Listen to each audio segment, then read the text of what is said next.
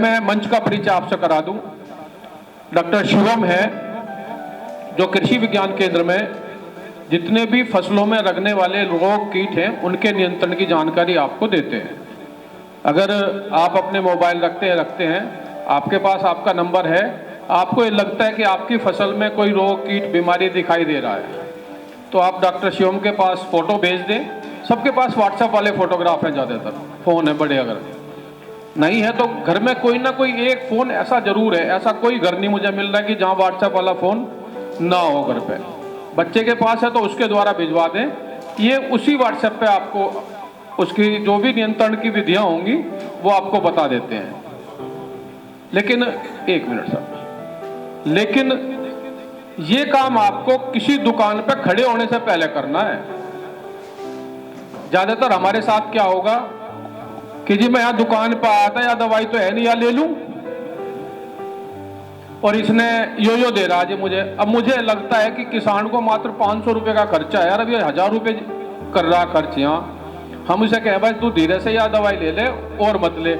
उसके दुकान पर से उतरते ही वो दुकान वाला फोन करे, फिर वो बहस करे, कह ले जी 1000 रुपये का सामान था, इतना था, ये तो तुम्हारे ठप हो जाएगा, ये हो जाएगा, हम भी थारे में सही हैं, हम भी थारे बालक हैं। ये सारी चीज़ों, ये सब झंझट से बचने के लिए सबसे पहले आप देखो, खेती में अगर कोई सलाह है, हर जिले में कृषि विज्ञान केंद्र है, और केवल हिंदुस्तान ऐसा देश है कि जहाँ पे खेती की सलाह फ्री दी जा, पाकिस्तान में भी नहीं दी जाती। उनके आगे हमारे डॉक्टर सोनिका अग्रवाल हैं, जो हमारा ये पशुधन जो है, हमारा जो एनिमल हैं, पशु हैं, उनकी वैज्ञानिक हैं। कोई भी आपको पशुओं में स्पेशली देखो, अभी एक बीमारी आई कोरोना, उस कोरोना ने हमें क्या सिखाया? डाइट सिखाई, राशन लो, कोई काढ़ा बना के पी रहा, कोई कुछ पी रहा। एक चीज और सिखाई, क्या? हाथ धोना सिखाया, नहीं सिखाया? पशु हैं तो उनके भी हमें राशन का ध्यान रखना है कि कितनी बैलेंस डोज जाए, क्या जाए।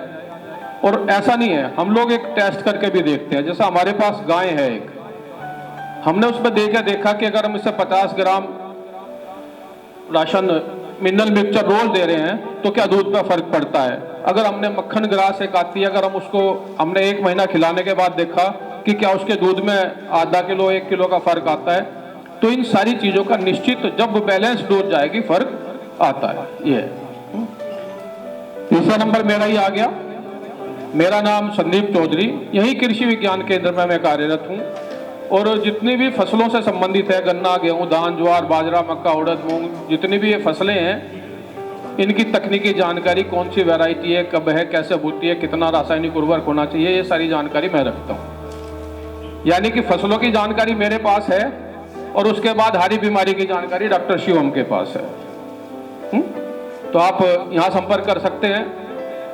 आप सुदेश तोमर जी हैं, आप जनपद में भूमि संरक्षण विभाग में कार्यरत हैं। आपका भी आज एक प्रोग्राम ये है।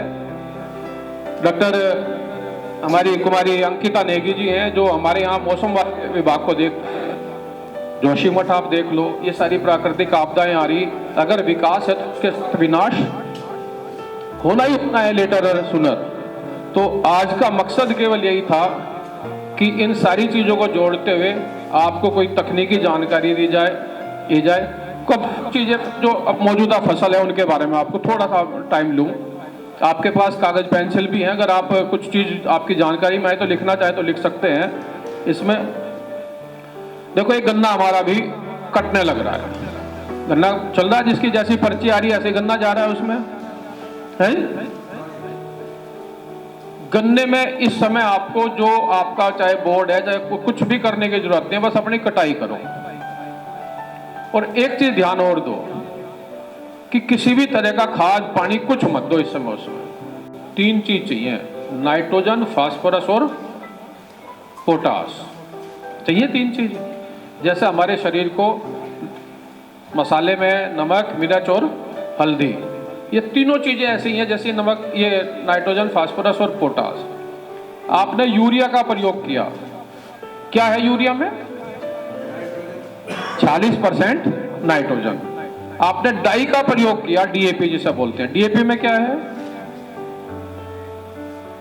बताओ, आप ही बताओ। देखो ये बात गलत है, आप कह रहे हैं कि फुटाव हो और ये डालने पे फुटाव हो, जब यही नहीं पता क्या डाल रहे हैं, फुटाव कहां से हो रहा। और बढ़िया, सबसे बढ़िया ये है कि अगर उस समय गन्ने में आप करो तो 2 किलो 200 लीटर पानी में मिला के और उसको तर कर दो, ये कर दो आप। अब अंकिता।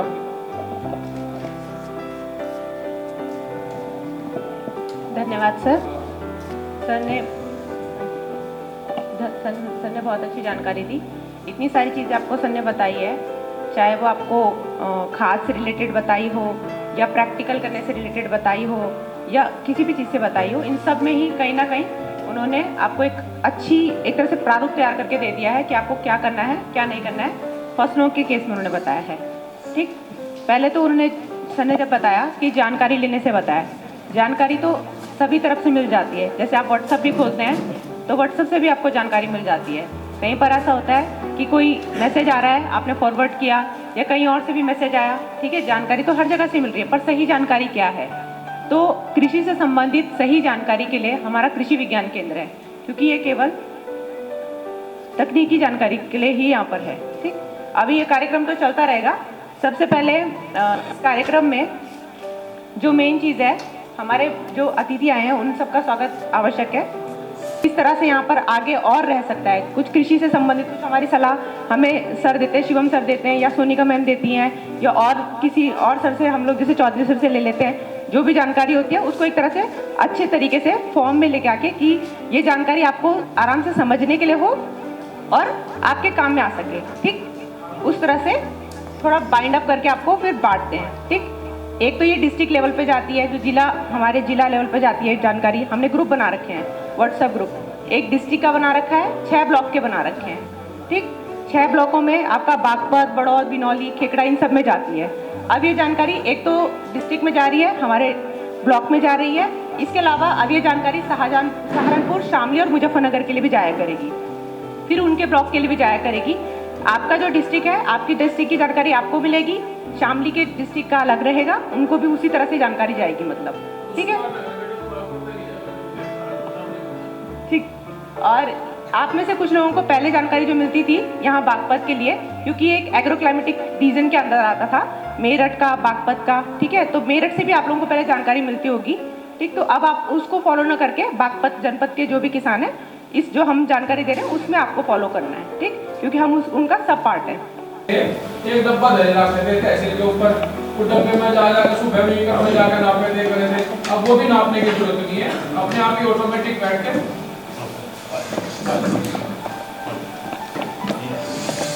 हमारे फसल क्रांति के भी डायरेक्टर आ चुके हैं, उनका स्वागत है। देखो उनका तो तजुर्बा छोड़ दो, उनका तो तजुर्बा मेरा एक साहू बिना तुमने कभी घड़ी नहीं रखी, एक बार ऊपर जो लगावे था आपने बता देता कितना टाइम हो रहा।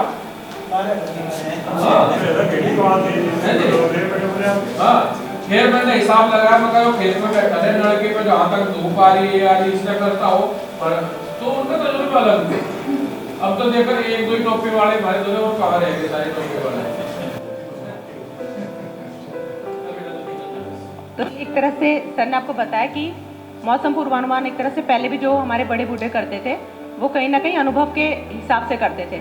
वही चीज़ एक तरह से हम साइंटिफिक तौर पे क्या करते हैं कि आंकड़े इकट्ठा होते रहते हैं, फिर उसी का अगले पिछले साल का अनुभव लेकर के आगे कैसे रहेगा वो पता चल जाता है। ठीक, तो इस तरह से ये होता है। अभी मैं बारिश की बात कर रही थी कि एक तो स्प्रे में इसका पैसा बच जाता है। और ये मत देखो कई बार ऐसा भी फोन आ रहा है, हमारी जमीन तो कैडी हो रही, लेकिन मैं सुबह को जाकर देखो अगर सरसों का जैसा पेड़ है, आप ये देखो जहाँ उसका जमीन से लगा हुआ नीचे तना है, यहाँ आपको बूंदे दिखाई देंगी पड़ी हुई, क्योंकि सरसों के जो पत्ते की बनावट है वो ऐसे होती है और उसमें जितनी भी ओस पड़ेगी ये पड़ेगी वो सारी तने के साथ साथ जमीन में आकर चले और इतनी नमी पर्याप्त है। इसलिए सरसों में मत घबराओ, क्योंकि सरसों बीच में एक ऐसी फसल है जो गन्ना बो रहा है उसे तो सरसों लगानी चाहिए 2-3 बीघे। अगर आप सरसों लगाते हो तो गन्ने का उत्पादन आपका ज्यादा होता है। क्यों ज्यादा हो जी? समय से पूजा सबसे है, क्योंकि फरवरी के आखिर में मार्च में कट गया और मार्च का बोया हुआ गन्ना जून जुलाई बोए गन्ने की कभी भी पीछे नहीं रहता उससे। कुछ बीमारियां जो होती हैं वो फसल लगने के पहले ही खेत में हमारे होती हैं, ठीक है।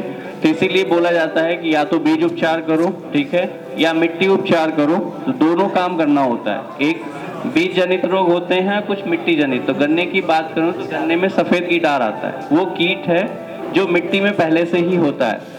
तो उसके लिए उपचार जरूर कीजिएगा, नहीं तो आगे आने वाले समय में क्या होगा, जब भी आप गन्ना लगाओगे और जब उसका जर्मिनेशन का टाइम आएगा, जमने का समय आएगा, तो वो जमेगा नहीं और जब भी आप गन्ना निकाल के देखोगे तो गन्ना सड़ा हुआ मिलेगा, ठीक है। तो उसके लिए उपचार जरूर कीजिएगा। क्लोरोप्लस साइपर, अगर क्लोरोप्लस साइपर है तो 1 लीटर 1 एकड़ में, अगर सिंपल क्लोरो है तो 2 लीटर 1 एकड़ में पानी के साथ साथ बूंद बूंद छोड़ दो। इससे आसान तरीका और कोई बहुत आसान है। इसका बॉटल लो, बॉटल में आपका सॉल्यूशन बना लो, जहाँ पे पानी जहाँ से निकल रहा है आप वहाँ पे छेद करके उसको रख दो, तो बूंद बूंद गिरता रहेगा और वो पूरे खेत में फैल जाता है। कई लोग क्या करते हैं, उसका स्प्रे करते हैं। उसका स्प्रे फायदा नहीं करता, क्योंकि पहले भी बताया कि बहुत सारे कीट हैं जो जमीन में हैं, जो जमीन के अंदर हैं, उनका स्प्रे करने से कोई प्रभाव नहीं पड़ता जब तक दवा हमारी जमीन के अंदर नहीं पहुंचेगी। तो अभी मैं करने में और बता दूं आपको, मैंने ये स्प्रे बताया ना आपको, एक कप करना मई के आखिर में, जून की शुरुआत में, और दूसरा जो पानी के साथ साथ छोड़ना, वो भी पानी के साथ ही छोड़ना, वो सितंबर के आखिर में, अक्टूबर की शुरुआत में, अभी इस समय, मतलब गन्ना कटना जब कटने से पहले सितंबर के आखिर में अगर ये 2 स्प्रे आप कर दो तो जमीन में लग रहे, और ये सस्ते भी हैं। मैं इसलिए कह रहा हूँ कि सस्ते हैं, नहीं तो बहुत महंगी दवाई है। दूसरी चीज, आपने 238 को रखा, 238 में आपका कोका बोइंग आएगा ही आएगा 100%। कोई नहीं रोक सकता उसको। उसके लिए आपको क्या काम करना, मई में, अप्रैल का मार्च अप्रैल का गया हुआ है, मई में आके पहला स्प्रे आता है आपका कार्बेंडाजिम प्लस मैंगोजेब, या कार्बेंडाजिम भी सिंपल कार्बेंडाजिम बावस्टिन जिसे कहना, 2 ग्राम 1 लीटर में तो घोलो और 1 ml प्रति लीटर पानी इमिडा के 17.8 SL। देखिए, जो डोज बताई जा रही है ना, आप उसको लिख जरूर लेना, क्योंकि गलती यही होती है कि डोज हम कुछ और बताते हैं, डालते आप कुछ और हैं, और उसका नुकसान बहुत ज्यादा होता है। पहले तो पैसे का, फिर खेत का, फिर सेहत का, ऊपर से फसल का।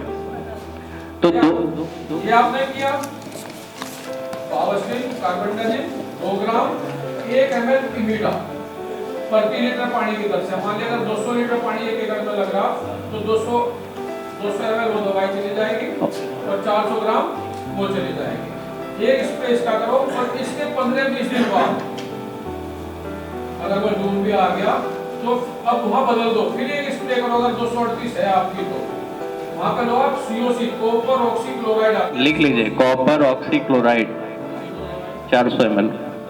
इसका 400 ml आपको डालना है प्रति एकड़ के हिसाब से 200 लीटर पानी में। और वहाँ पे इसके साथ जो केमिकल जोन सा कीटनाशक लेना, वहाँ बोलो जोन सा आप ज्यादातर डालते आ रहे, जो CYC है, इमीडा भी डाल सकते हैं, थायोमेथाजोन भी डाल सकते हैं आप, इमीडा भी रिपीट कर सकते हैं, ऐसा कुछ है। इमीडा थायोमेथाजोन करो तो 85 ग्राम लो। हाँ, थायोमेथाजोन जो है उसकी जो डोज है वो बहुत कम है, क्योंकि वो हाई पावर की दवा है, ठीक है। आपने ये काम कर दिया करने में, 4 बताए मैंने, 2 पानी के साथ और 2 खड़ी फसल में। ये हो सकता है कि अब की वाली 2 खड़ी फसल में जो स्प्रे करना है 2-3 करने पड़ेंगे, इसके अलावा और कुछ भी गिरने की जरूरत नहीं। तो आपके कीट और जो रोग है पोका बोइंग, सबसे ज्यादा पोका बोइंग आता है। और एक चीज और बता दूं, पोका बोइंग में थोड़ा सा कंफ्यूजन होता है लोगों का कि ऊपर से गोब सूखने लगती है, ठीक है। तो उसमें 2 चीजें होती हैं। जब पोका बोइंग का इन्फेक्शन होता है ना, तो क्या होती है, गोब में सड़न पैदा होती है बीच में, ठीक है। और जब सड़न पैदा होती है तो उसमें एक बदबू आती है, जिससे क्या होता है, जो खेत में कीट होते हैं ना, वो आकर्षित होते हैं उस बदबू के ऊपर। तो कंफ्यूजन ये होता है कि लोग सोचते हैं कीट की वजह से है, क्योंकि कीट उसके अंदर दिखाई देता है, कारण वो नहीं है, कारण होता है पोका बोइंग। और हम क्या करते हैं, कीटनाशक डालते हैं। तो कीटनाशक कीट को तो मार देगा, लेकिन कारण क्या था, वो पोका बोइंग था, वो रोग है, ठीक है।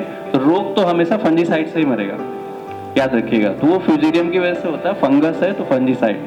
तो ये चीज़ जैसा कि सर ने बताया था कि कभी भी आप किसी से फ़ोन करके पूछ रहे हो, चाहे हम लोग से या कृषि विभाग से या कहीं से भी, फ़ोन तभी करो जब आप खेत में हो, ना कि दुकान पे खड़े हो, ठीक है। तो पहले चीज़ें समझ लो फिर दवा लेके आओ। पहले क्या होता है, हम दवा डाल देते हैं फिर फ़ोन करके बताते हैं कि साहब हमने दवा डाल दिया, दवा फ़ायदा नहीं किया। फिर होता है कि आपने को तो फंजीसाइड डालना था, आपने इंसेक्टिसाइड डाल दिया। ये होता है गड़बड़। ये हुआ है, पिछली बार हुआ है। एक बैगन का खेत था, किसान ने उसमें इतनी सारी दवा डाल दी, परेशान हो गया वो। उसने मेरे पास फोटो भेजे 8, ठीक है, 8 फंजीसाइड अलग अलग। फिर मेरे से पूछा इसमें है क्या, ये जा क्यों नहीं रहा है। सड़न थी उसमें, लेकिन सड़न का कारण ना कि रोग नहीं था, वो कीट था, ठीक है। तो मैंने बोला दवा कौन सी डाली, उसने 8 के 8 फोटो मेरे पास भेजे कि मैंने ये डाल दी पिछले 3 महीने में और कोई फायदा नहीं हुआ, ठीक है। तो फिर मैंने देखा तो मैंने बोला तुमने गलत थी, दवा ही गलत डाली है, क्योंकि वो था तो इंसेक्टिसाइड से मरेगा, ना कि फंजीसाइड से। तो ये चीज़ ध्यान रखिएगा, ये गलती बहुत होती है कि हमें पता नहीं चल पाता कि असली कारण क्या है।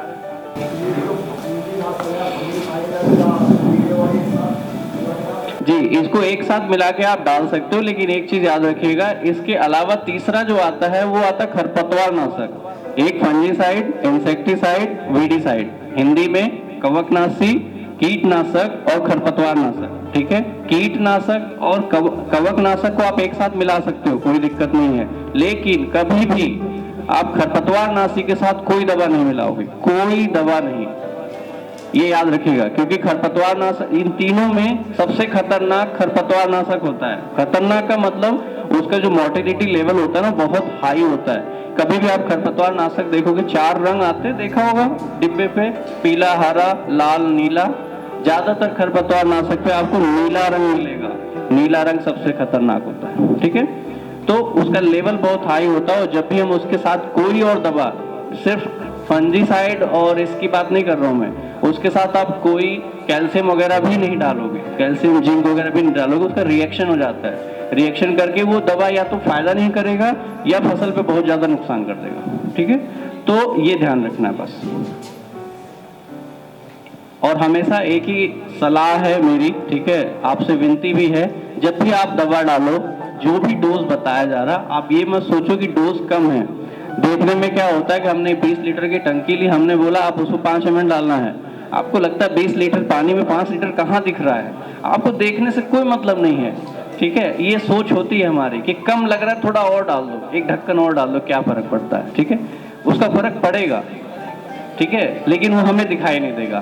तो जितना डोज बताया जाता है उतना ही डालो। हम कोशिश करते हैं 10 ग्राम 20 ग्राम हम ज्यादा ही बताते हैं जानबूझ के, क्योंकि हमें पता है हमारी आदत, ठीक है। लेकिन जितना बताया जाता है आप उतना ही डालो। मेरे पास आते हैं, मैं दवाएं देता हूँ कुछ लोगों को, एक छोटी सी शीशी दे दिया 100 ml की, मैंने बोला इसको 5 बीघे में डालना। अब कई बार हुआ है ऐसा मेरे साथ, तो बोलते ये काम करेगा 5 बीघे? 5 बीघा तो बहुत बड़ा होता है। मैं बोला आप टेंशन क्यों लेते हो, आपको जितना बोला जाता है उतना डालो, काफी है।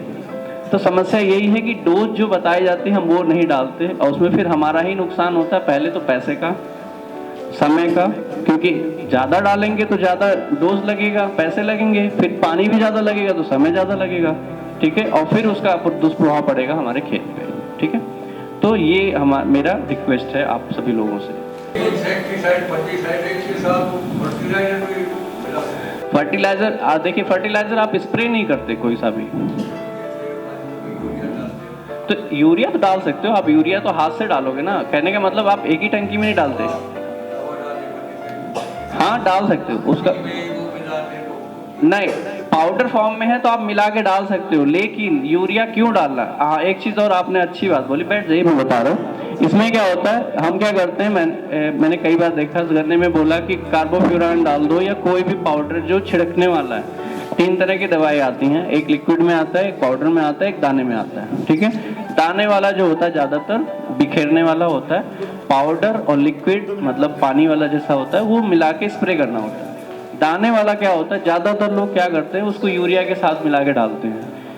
अगर यूरिया की खेत में जरूरत है, जैसे मान लीजिए सिंचाई के बाद डालना है यूरिया, उस समय अगर आप दवा डाल रहे हो तो मिला के डाल दो, लेकिन सिर्फ दवा डालने के लिए आप यूरिया का इस्तेमाल कर रहे हो, ये गलत है। ठीक है। जब भी आप कोई भी बुड़काव वाला जैसे दानेदार कोई भी दवा आप डाल लो, जरूरी नहीं आप यूरिया डालो, आप मिट्टी ले लो, खेत की रेत ले लो, गोबर की खाद ले लो सूखी, वो सबसे अच्छी चीज है, वो कहीं नुकसान नहीं करने का। आपको बिखेरने से मतलब है ना, आप मिट्टी ले लो, रेत ले लो, कहीं नुकसान नहीं करेगा वो। लेकिन यूरिया डालोगे तो वो नुकसान करेगा। मौसम की बात कर रहे हैं, गर्मी की बात करते हैं, यूरिया का नुकसान कहाँ होता है? यूरिया बहुत गर्म होता है, नाइट्रोजन होता है उसके अंदर, ठीक है। जब उसकी मात्रा ज्यादा होगी, बहुत ज्यादा होगी, तो खेत की गर्मी बढ़ेगी, और जितनी गर्मी बढ़ेगी उतना ज्यादा खेत को नुकसान करेगा। कीड़े मकोड़े जितने भी हैं, कीट और रोग जो फंगस बैक्टीरिया हैं, उनकी संख्या बढ़ती जाएगी, है ना। तो जब भी इसीलिए बोला जाता है नाइट्रोजन वाले खाद का इस्तेमाल कम से कम करो, या जितनी जरूरत है उतना ही करो, उससे ज्यादा नहीं। मंचासीन आदरणीय डॉक्टर संदीप सर, डीओ साहब, अन्य अधिकारीगण और समस्त किसान भाइयों, जैसा अभी बताया गया है मौसम के बारे में, तमाम बीमारियों के बारे में, सब्जियों के बारे में चर्चा मैं थोड़ी करूंगा। जैसा अभी सर बता रहे थे कि लोटनल के बारे में, आगे से एक बहुत खुशखबरी है सर। जैसा आप अवगत हैं इस बात से कि हमारे जनपद में 2 हाईटेक नर्सरी बनने जा रही हैं, जिसमें पहली जो है कृषि विज्ञान केंद्र खेकड़ा पर ही बनेगी, वो सैंक्शन हो गई है, बहुत जल्दी उसमें कार्य शुरू होने वाला है। जो लोटनल किसान लगा रहे हैं अपने खेतों में, अब लोटनल की आवश्यकता नहीं पड़ेगी, उनको तैयार पौध हाईटेक नर्सरी से मिलेगी और बहुत सस्ते दर पर 50 पैसे 30 पैसे के हिसाब से वो 1 फुट 1.5 फुट का पौधा यहाँ से प्राप्त कर सकते हैं, या अपना बीज दे दें, यहाँ तैयार हो जाएगा पौधा, या विभाग द्वारा जो तैयार की जाएगी वैरायटी वो प्राप्त कर सकते हैं। 50 पैसे और 70 पैसे मैक्सिमम 1 रुपये तक का उसका रेट सरकार द्वारा निर्धारित किया गया है। और वो जो हाईटेक नर्सरी है वो केवीके और महिला समूह के द्वारा जो है चलाई जाएगी, पहली बात। दूसरा, हमारे उद्यान विभाग में इस समय विभिन्न साग भाजियों के बीज उपलब्ध हैं, निःशुल्क दिए जा रहे हैं। जिनको भी साग भाजी के बीज की आवश्यकता हो वो हमारे विभाग में संपर्क करें और वो बीज निःशुल्क प्राप्त करें। दूसरा, हमारे यहाँ एक महत्वपूर्ण, जैसे पानी की बात चल रही है, पानी बचाने की बात चल रही है, हमारे जनपद में 2 प्लांट, जैसे 3 भी है, बिनौली भी आज डार्क जोन में है लेकिन वो अभी कागजों में नहीं है। पिलाना और खेकड़ा 2 जो है ये डार्क जोन हो चुके हैं। तो भारत सरकार ने एक बहुत ही अच्छी स्कीम प्रधानमंत्री कृषि सिंचाई योजना जो चलाई है, उसके तहत किसानों के क्षेत्रों पर ड्रिप और स्प्रिंकलर सिस्टम लगाए जा रहे हैं। विभाग को इस वर्ष अच्छा टारगेट मिला है। मैं निवेदन करूंगा जो भी किसान इच्छुक हो विभाग से संपर्क करे और अपने प्रक्षेत्र पर ड्रिप और स्प्रिंकलर सिस्टम की स्थापना करवाए। इसमें लघु और सीमांत किसान जो है उनको 90% तक का अनुदान विभाग द्वारा दिया जा रहा है, और जो सामान्य किसान हैं उनको जो है 80% का अनुदान विभाग द्वारा दिया जा रहा है। इसके साथ एक बहुत ही महत्वपूर्ण स्कीम प्रधानमंत्री सूक्ष्म खाद्य उद्योग उन्नयन योजना, जो भी लोग प्रोसेसिंग से संबंधित कोई यूनिट लगाना चाहते हैं, जैसे फ्लोर मिल है, ऑयल मिल है, या अचार से संबंधित है, या बेकरी से संबंधित है, राइस मिल है, उसके लिए हमारे विभाग से मैक्सिमम 10 लाख और 35% के हिसाब से अनुदान दिया जा रहा है, जिससे छोटे उद्योग बढ़े। बेरोजगारी बढ़ रही है, जो पढ़े लिखे युवा हैं वो इस क्षेत्र में आए और अपना उद्योग खुद लगाएं, बजाय 8,000 10,000 का नौकरी दिल्ली गाजियाबाद करें, उससे अच्छा अपना कुछ ऐसा बिजनेस लगाएं और ज्यादा कमाएं।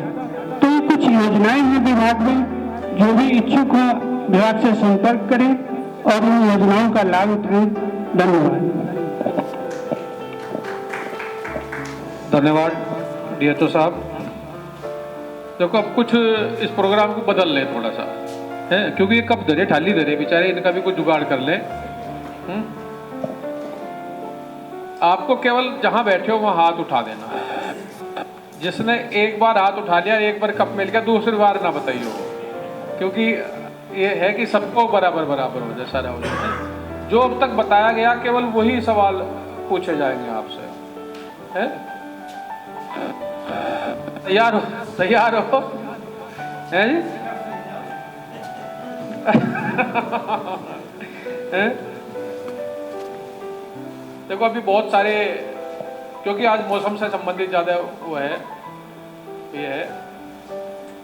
मैं पहला एक सवाल आपसे करता हूं, अंतर्राष्ट्रीय मोटा अनाज वर्ष कब मनाया जाएगा? एक ही हाथ उठाया, बताओ। 2023, बिल्कुल, बहुत बढ़िया। मैं अपने डीओ साहब से अनुरोध करूंगी,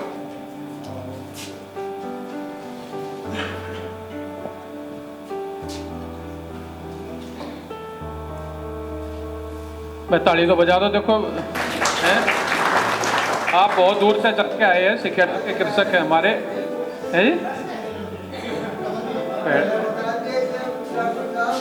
देखो पहले नहीं बता दिया, यहाँ लिखा हुआ था, इसमें बहुत मोटे मोटे अक्षरों में, इसमें बहुत मोटे मोटे अक्षरों में लिखा हुआ था। चलो खैर कोई बात नहीं। केंद्र सरकार द्वारा या द्वारा एक मौसम विभाग द्वारा मौसम की जो मौसम की जानकारी देता है, एक ऐप चला, क्या नाम है उसका? बिल्कुल सही, आ जाओ आगे। मैं डीएचओ साहब से अनुरोध करूंगा, आ जाए किधर बेटा। ये लोग पहले से जुड़े हैं, किसी का देखो जानकारी ये मेघदूत इनके पास, इनके शायद मोबाइल से भी जुड़ा हुआ है, वो मेघदूत जुड़ा हुआ है, इनके मोबाइल से भी जुड़ा। अगर आप सब लोग जुड़े ये ना देखो ये लिख रहा। सबसे बड़ी दिक्कत तो है, कुछ सोने में मस्त थे, कुछ किसी और चीज में मस्त थे। जी मैं आपको बताऊं कि हम जैसे यहाँ प्रोग्राम होते हैं, हमारे यहाँ बीएससीजी फाइनल ईयर के स्टूडेंट जो हैं, जो यूनिवर्सिटी से बीएससीजी करते हैं, वो एक अप्रेंटिस कोर्स करने के लिए 45 दिन यहाँ आते हैं। हम उन्हें ऐसे सवाल पूछते हैं जैसे, और हकीकत में बात यह है, जो हमारे यहाँ मतलब उनको यहाँ रहना भी 45 दिन होता है। हम उनसे ये सवाल करते हैं आखिर में, जो उनसे यहाँ ये बैनर लग रहे हैं, बोर्ड लग रहे हैं, उन पर सब पे लिखे हुए हैं, वे सवाल करें। आपकी बात नहीं कर रहा मैं, उन स्टूडेंट की बात कर रहा हूँ जो यहाँ पे रहते हुए 45 दिन यहाँ आते जाते नजर रोज पड़े, लेकिन उन्होंने कभी अपने से संबंधित, खेती से संबंधित जानकारी पढ़ने की कोशिश नहीं करी। तो यही है थोड़ा। मैं इसी अगला एक सवाल और मैं आपसे करता हूँ, चलो थोड़ा सा मौसम से हट जाऊं। धान में एक रोग होता है खैरा रोग, किसकी कमी से होता है? अब मैं हट गया, देखो अब तो मैं धान वाले पे। धान में खैरा रोग किसकी कमी से होता है? बिल्कुल सही बात, बिल्कुल सही बात है, आ जाओ जी। तो सब चलो, हाँ चलो मैं चले जाएं, चलो।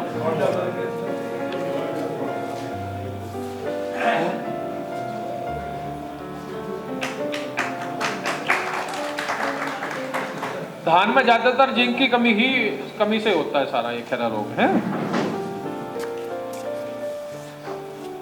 चलो हमारे डॉक्टर सोनिका बैठी है कि इनसे संबंधित सवाल पूछ लूं। एक गाय की प्रजाति है साहिवाल, वो कौन सी है? अफ्रीकन है या देसी है? अमेरिकन है या देसी है? तो सामने आठ आया। मैं पहले देखो टोपे, एक ही टोपे वाले दिख रहे मुझे। बिल्कुल सही, आ जाओ आ जाओ।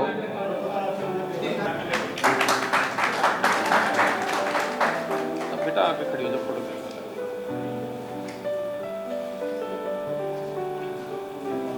चलो देखो भाई, एक काम जरूर करो, बोलो ना, हाथ उठा दो, बोलो ना, जो बोल पड़ेगा सवाल खराब हो जाएगा फिर सारा। अब मैं एक सरसों की फसल के बारे में आपसे पूछूं सवाल।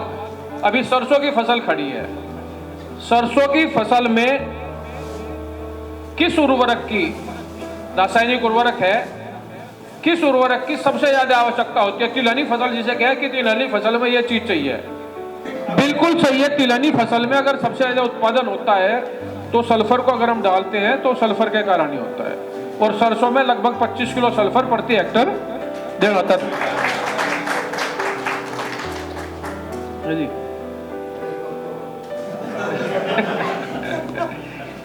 चलो एक बहुत और आसान सवाल,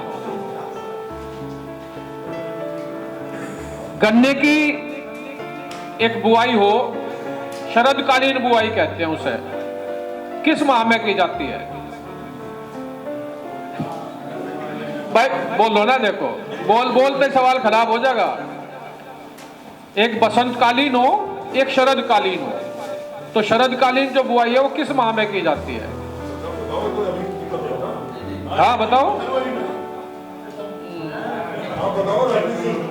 नहीं अब ये सवाल नहीं, बैठ जाओ, अब ये सवाल कैंसिल हो गया जी। देखो गन्ने की जो कहते हैं शरदकालीन अक्टूबर नवंबर में, और बसंतकालीन जो है वो फरवरी मार्च में, ये दो बुआई होती है।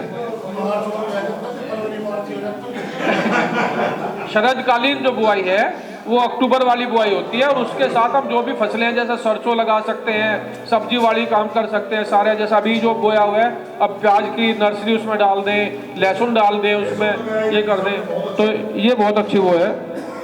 देखो जो दामिनी ऐप है, जैसे मेघदूत ऐप बारिश की जानकारी देता है, ऐसी दामिनी ऐप जो है वो जो बिजली कड़कती है ना उसकी जानकारी देता है। बिजली कड़ने का प्रभाव हमारे यहाँ बहुत कम है, लेकिन अगर आप पूरब में देखो तो वहाँ बहुत ज़्यादा नुकसान होता है, पशुओं का भी बहुत ज़्यादा नुकसान हो, वो बाहर चरे रहे हैं और उन्हें पता नहीं चलता। लेकिन ये जो दामिनी ऐप है ये लगभग 10 घंटे पहले 12 घंटे पहले बिजली की जो कड़कने की वाली फ्रीक्वेंसी बढ़नी है घटनी है उसकी जानकारी दे देता है। डॉक्टर साहब, प्रभारी कृषि विज्ञान केंद्र, हमारे किसान भाइयों, आज स्पेशली मैंने अपने क्लस्टर के गांगदोली और सुलस्ती, हमारा सुलस्ती में दूसरा शुरू हो रहा है क्लस्टर, जो बोर्ड लगा NMSA national mission of sustainable agriculture, राष्ट्रीय सतत कृषि मिशन, इसी से मिलते जुलते डॉक्टर साहब के भी प्रोग्राम थे, तो इसलिए ये प्रोग्राम रखा गया था। ठीक है, हमारा भी किसानों को जागरूक करना ही है और उनकी आमदनी बढ़ाने वाला मैटर। तो हमारे सारे प्रगतिशील किसान बहुत जागरूक हैं। स्पेशली आपको इसलिए बुलाया कि आप कृषि विज्ञान केंद्र से जुड़े, और जैसे मैम का आपका ये मौसम संबंधी या आपके अपने कीड़े लगते हैं, ये सभी फोटो, ये फोन नंबर लेके जाएं सब लोग, ये सारे नंबर लेके जाएं कोई भी मेरा क्लस्टर का किसान, क्योंकि देखो आपने देखा होगा कितनी जागरूकता, ये पीछे महिलाएं हैं, ये आती रहती है लोग यहाँ पे। हमारे लिए खेकड़ा जो है, एक बड़ौद से पढ़ने वालों के लिए खेकड़ा दूर समझते हैं, ऐसा ही है ना कि कितने लोग आओ यहाँ पे नहीं आते। आज आपको विशेष प्रबंध करके इसलिए बुलाया गया हमने कि आप खेकड़ा को दूर ना समझें। खेकड़ा बहुत अच्छी जानकारी का केंद्र हमारे कृषि विज्ञान केंद्र की वजह से बन गया है। तो आप मौसम की जानकारी देखो, पहले कितनी मतलब एक अब सटीक मिलने लगी क्योंकि सैटेलाइट से जुड़ गया सारा मैटर जो है। तो ये चीज आप खेकड़ा को दूर ना समझें। डॉक्टर साहब हमारे बड़ौद में रहते हैं, आप नंबर ले सबके, आप पशु संबंधी कितनी एक चीज देखो, जो गांव में घूमते रहते हैं कितने झोला छाप लोग हैं, आप उनके सारे अपने पशु पाल ले। यहाँ पे आपके BSc MSc लोग बैठे, आप उनका मदद क्यों नहीं देते आप जो?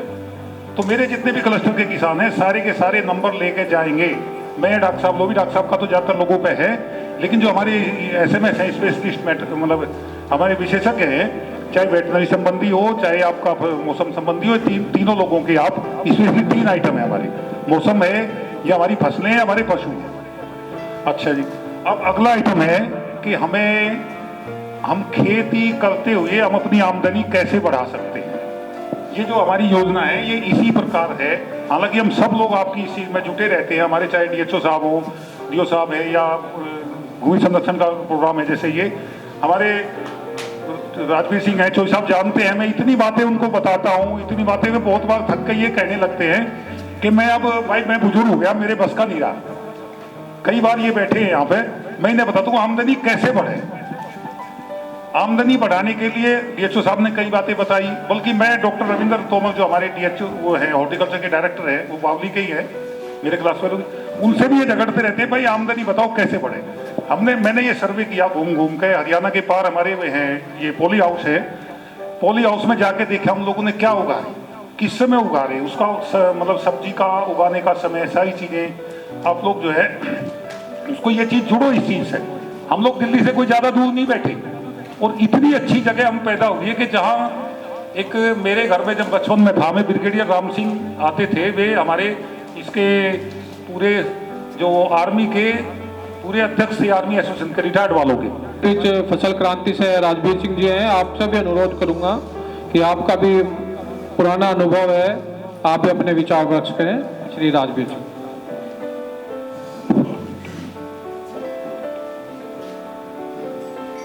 मंच पर उपस्थित सभी अधिकारीगण, किसान साथियों, मेरे लिए एक बड़ी खुशी की बात है कि हमारे डॉक्टर संदीप जी जब भी कोई कार्यक्रम करते हैं वो इस तरह हमको बुला लेते हैं जैसे हम भी एक विज्ञान का पार्ट हों। ठीक है जी, तो इसके लिए मैं इनके लिए बहुत बहुत धन्यवाद। और जो इनका स्टाफ है वो भी हमको जो है एक स्टाफ मेंबर ही मानता है। अभी हमने 2 नवंबर को जब एक बड़ो जाट कॉलोनी में मेला किया था तो हमने देखा कि वहाँ पर जो है किसानों में तो थोड़ा भेदभाव है कि यार कहीं ये भाजपा का प्रोग्राम है या लोकदल का है, लेकिन हमारे जो सरकारी अधिकारी थे उन्होंने ये नहीं किया कि भाई ये प्रोग्राम प्राइवेट कंपनी का है। चाहे डीएम साहब थे या उसका ऊपर लेवल के थे या सहायक अधिकारी सभी, उन्होंने उस प्रोग्राम में हमारी वो सहायता की कि जैसे प्रोग्राम उनका है, अपना खुद का प्रोग्राम मानते हुए सहायता की। इसका आधा मेरा इसलिए है कहने का कि जो किसान है, जो गवर्नमेंट की योजना चल रही है, वो कोई भी सरकार हो वो हमारे लिए है। तो इसलिए मेरी आपसे प्रार्थना है कि जो भी सरकार की स्कीम आती है उसको आप एडॉप्ट करें और अधिक से अधिक लाभ उठाएं, जिससे जो है किसानों की तरक्की होगी, क्योंकि उनका मेन मकसद ही किसानों की तरक्की है सरकार की, तो उसका आप लाभ जरूर लें। दूसरा हमारी मैगजीन का संबंध है। एक हमारी सभी की आदत है कि अगर हम किसी के घर जाएंगे उसकी मेज पे या चारपाई पे अगर कोई मैगजीन, पेपर या कुछ भी होगा तो हम उसको एक बार जरूर उठाते हैं और पढ़ते हैं। इसलिए मैं भी आपके बीच से हूँ, आपके डिस्ट्रिक्ट का हूँ और पहले दिल्ली सरकार में जॉब किया, उसके बाद मैंने शुरू कर दी। तो उसमें जो है हम कभी भी किसी का वो नहीं लेते, हमने उसको 4 पार्ट में किया। पहला जो सरकार की योजना है उनको अंकित करते हैं हम। दूसरा कृषि विज्ञान केंद्र, विश्वविद्यालय, इनसे जो है जो भी इनके उचित डॉक्टर हैं उनसे हम आर्टिकल लेते हैं ताकि वो जो है अपने जीवन का अनुभव अपना उसमें लिखते हैं। और उसके साथ साथ फिर कंपनी के जो डायरेक्टर होते हैं उनका वो लेते हैं इंटरव्यू। तो उसमें हमारा मकसद ये है कि अगर एक आदमी अपने घर गया किसी के मिलने के लिए, उसने मैगजीन पढ़ी और उसमें किसी इंसेक्टिसाइड का या किसी यंत्र के बारे में उसको नॉलेज हो गई और उससे बेनिफिट मिल गया, तो मैं समझता हूँ उसका हमारी मैगजीन का लाभ पूरा हो गया। इसके साथ साथ जो है उसमें उनके अधिकारियों के भी नंबर होते हैं। तो एक अधिकारी से मिलने के लिए, उसकी एजेंसी लेने के लिए आपको कहाँ तक, लखनऊ, दिल्ली या बॉम्बे तक जाना पड़ेगा। लेकिन जब वो उसमें नंबर होगा तो आप उससे कांटेक्ट करके भी एजेंसी वगैरह ले सकते हैं, तो वो भी आपको बेनिफिट मिलेगा। इसलिए मेरी प्रार्थना है कि आप जो है अधिक से अधिक लाभ उठाएं। इसके लिए धन्यवाद।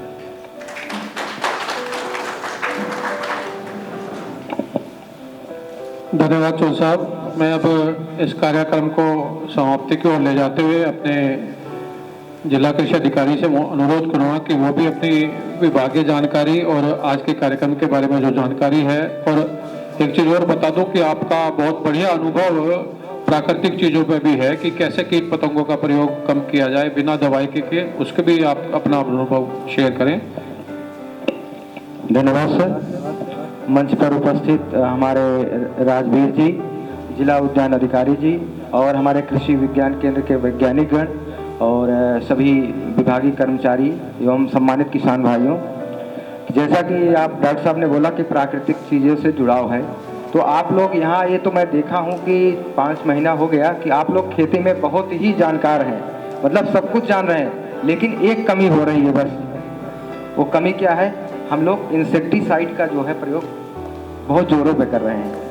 हो सकता है कि डॉक्टर साहब ये लोग जो भी बता रहे हों कि आपको 2 ml करनी है, तो आप लोग सोचते हैं कि हम 3 ml कर देंगे तो हमको ज़्यादा फायदा मिल जाएगा, कीड़ा जल्दी मर जाएगा, लेकिन ऐसा नहीं है।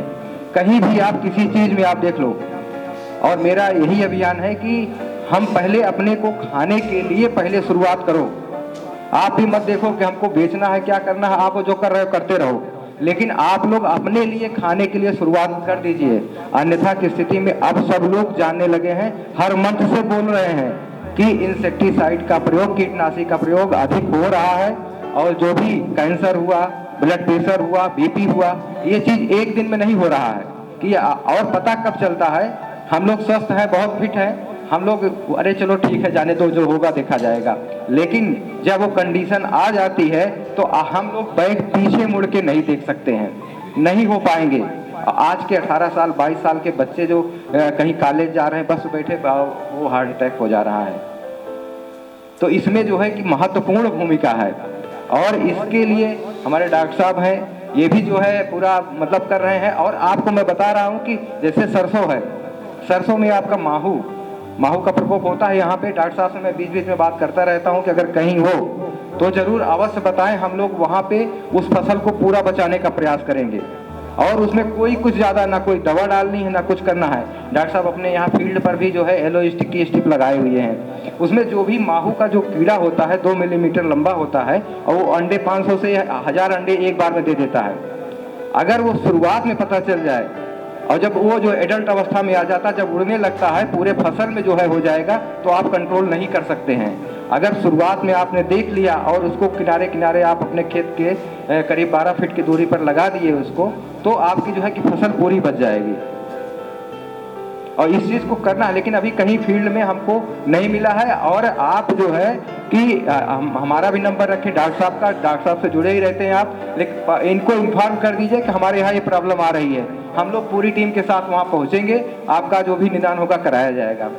और सब्जियाँ हैं, पालक है, मेथी है, धनिया है, ये सब चीज़ उगाते हैं यहाँ पे। मतलब दवा प्रयोग मत करिए। गन्ना में बहुत अधिक हो रहा है, इसके लिए जो है एक तो आपका एलो स्टिक हो गया, एक लाइट ट्रैप है। लाइट ट्रैप को जो है कि सोलर लाइट सिस्टम है, तो उसको आप जो है कि सूर्य की रोशनी में रख दिए, और शाम को जो है 2-3 घंटे के लिए जो आपका खेत है जहाँ कीड़े आने की संभावना, पहले तो आप ये एलो स्टिकी आप लगाएंगे, उससे आपको पता चल जाएगा कौन सा कीड़ा आ रहा है कि नहीं आ रहा। जो आएंगे आपके खेत में वो चिपक जाएंगे। फिर लाइट ट्रैप को लगा देंगे, वो लाइट शाम को जलेगी जो है वो, उसके बाद 2-3 घंटा जला दीजिए, और उसमें एक टब टाइप होता है, पानी भर देंगे, थोड़ा सा मिट्टी तेल या सर्फ डाल देंगे, और जो भी कीड़े आएंगे उसमें गिर के जो है मर जाएंगे। फिर उनको आप किसी गड्ढे में दबा दीजिए। तो ये इसके बाद आपका जो है कि फेरोमेन ट्रैप है। फेरोमेन ट्रैप में ल्योर लगता है, जैसे बैगन है, बैगन के जो है कि अगर खेती कर रहे हैं आप उसमें लगा दिए फेरोमेन ट्रैप, और उसकी जो आपकी जो है मादा कीट की गंध होती है, उसका जो ल्योर लगता है, उस गंध से कीड़े उसके अंदर प्रवेश करते हैं, नर कीट, तो वो जो उससे उनका जो है संतत विकास नहीं हो पाता है। तो जिससे कि फिर आपके जो बैगन में सबसे ज़्यादा दवाई पड़ रही है, और ये चीज़ जो है कि उससे आपके जो है कि कंट्रोल हो जाएगा। एलो स्टिक लगाइए, लाइट ट्रैप लगा दीजिए, फेरोमेन ट्रैप लगा दीजिए। इन सब चीज़ों से हम लोग कंट्रोल कर सकते हैं। और वो चीज़ हम लोग दिखाना चाहते, कहीं भी आप बैगन उगा रहे हो, कोई भी खेती कर रहे हो, आप जो समस्या हो यहाँ पे डॉक्टर साहब को बताएं, हमें बताएं, हम लोग उसका भरसक प्रयास करेंगे कि वो चीज़ करा के और लोगों को दिखाया जाए, जिससे कि वो मोटिवेट हों। पहली चीज़ तो विश्वास ही नहीं है, बातें करने से कुछ नहीं, हम यहाँ बता रहे हैं और उसके बाद फिर गए भूल गए, कोई मतलब नहीं इससे। अरे बताए ठीक है, लेकिन अपने शरीर को स्वस्थ रखना है तो इस पे करना पड़ेगा। मैं जिस दिन से आया हूँ, बागपत जिले में प्रवेश किया हूँ, उसी दिन से मैं एक किसान ढूंढ लिया, हमारे बगल ही वहीं बागपत में ही, वो पालक, मेथी, धनिया, और अब सीजन में जो है उनको जितनी सब्जियों वाली खेती है उनको पूरा लगवाऊंगा। एक को पकड़ा हूँ, लेकिन आप लोग भी उसमें जुड़िए और फिर आप लोगों को वहाँ बुला के दिखवाऊंगा। पहले अपने खाने के लिए आप लोग, छोटी क्यारी रहती है घर पे, आप लोग, हम लोग पढ़ते थे शुरू में तो पहले एक क्यारी बनाते थे, उसमें जो है कि टमाटर लगा दिए, बैगन लगा दिए, कुछ आप कुछ करिए। फिर उसके बाद आप अगर कोई इसमें किसान भाई अगर बड़े स्तर पे कर रहे हों वो भी बताएं, उनका सहयोग किया जाएगा। और जो भी योजनाएं हैं, जैसे कि अभी बता रहे थे कि हम लोग योजनाओं का तो लाभ देते हैं, बहुत किसान भाई होते हैं कि हमको योजना कैसे मिले, लेकिन उसके जब तक उसकी उपयोगिता को समझेंगे नहीं, केवल लाभ लेने के लिए हमको 10,000 रुपया लाभ मिल रहा है, सब्सिडी मिल रही है, हमको मिल जाए उसके खत्म कहानी। क्योंकि उसमें सब ऑनलाइन डीबीटी सिस्टम और उसमें मोबाइल नंबर, आधार नंबर आप लोगों के सब रहते हैं। फिर वो उच्च स्तर से भी आपसे डायरेक्ट बात करेंगे। अगर आपके पास जैसे वर्मी बेड है वर्मी बेड का लाभ ले लिए, वर्मी कंपोस्ट का जो तैयार करने के लिए उस पर सब्सिडी मिलती है, जैसे विभागीय योजनाओं के तहत लाभ तो ले लिए। उसके बाद फिर आप भूल गए उसमें कि केचुए हैं कि नहीं है, फिर खत्म। और बहुत अच्छी चीज़ है कि जो कि आपके 0.5% नाइट्रोजन जो है आपका इसमें गोबर में मिलेगा, उसमें 1.5% तक हो जाता है नाइट्रोजन, फास्फोरस, पोटास। तो इसलिए जो है कि इसमें थोड़ा सा ध्यान देने की ज़रूरत है। हम तो यही चाहेंगे कि जितने लोग यहाँ पे हैं थोड़ा सा मूड बनाइए इस पर, जहर मुक्त से हम कैसे पाएँ, चिंतन करिए, आप सोचिए। और जब सोचना शुरू कर देंगे तो आप खोजेंगे कि हम कैसे क्या करें, कहाँ से हम तकनीक लाएं, हमारी समस्या क्या आ रही है रोग कीट में। और ये समझिए कि जो आपके इंसेक्टिसाइड प्रयोग करते हैं उसमें आपका येलो है, ग्रीन है, ब्लू है, रेड है, तो इसमें सबसे कम जिसकी जो है विषाक्तता है पहले उसको प्रयोग करें। लेकिन वही स्थिति हो गई है आज 94,522, 57,111, केवल 10 इसमें जो है 47 और 57 का अंतर है 10। ठीक है, इसमें आपका जो है कृषक का नाम, गांव का नाम, विकास खंड, अपना जनपद का नाम भी उस पर लिख देंगे। जब व्हाट्सएप करेंगे तो इसको लिख देंगे। और उसके बाद फिर जो है जिप्सम आप लोग प्रयोग करते ही हैं, करते हैं ना गन्ने की बुआई में? क्यों भाई, गन्ने की बुआई में करते हैं? कोई नहीं करता है?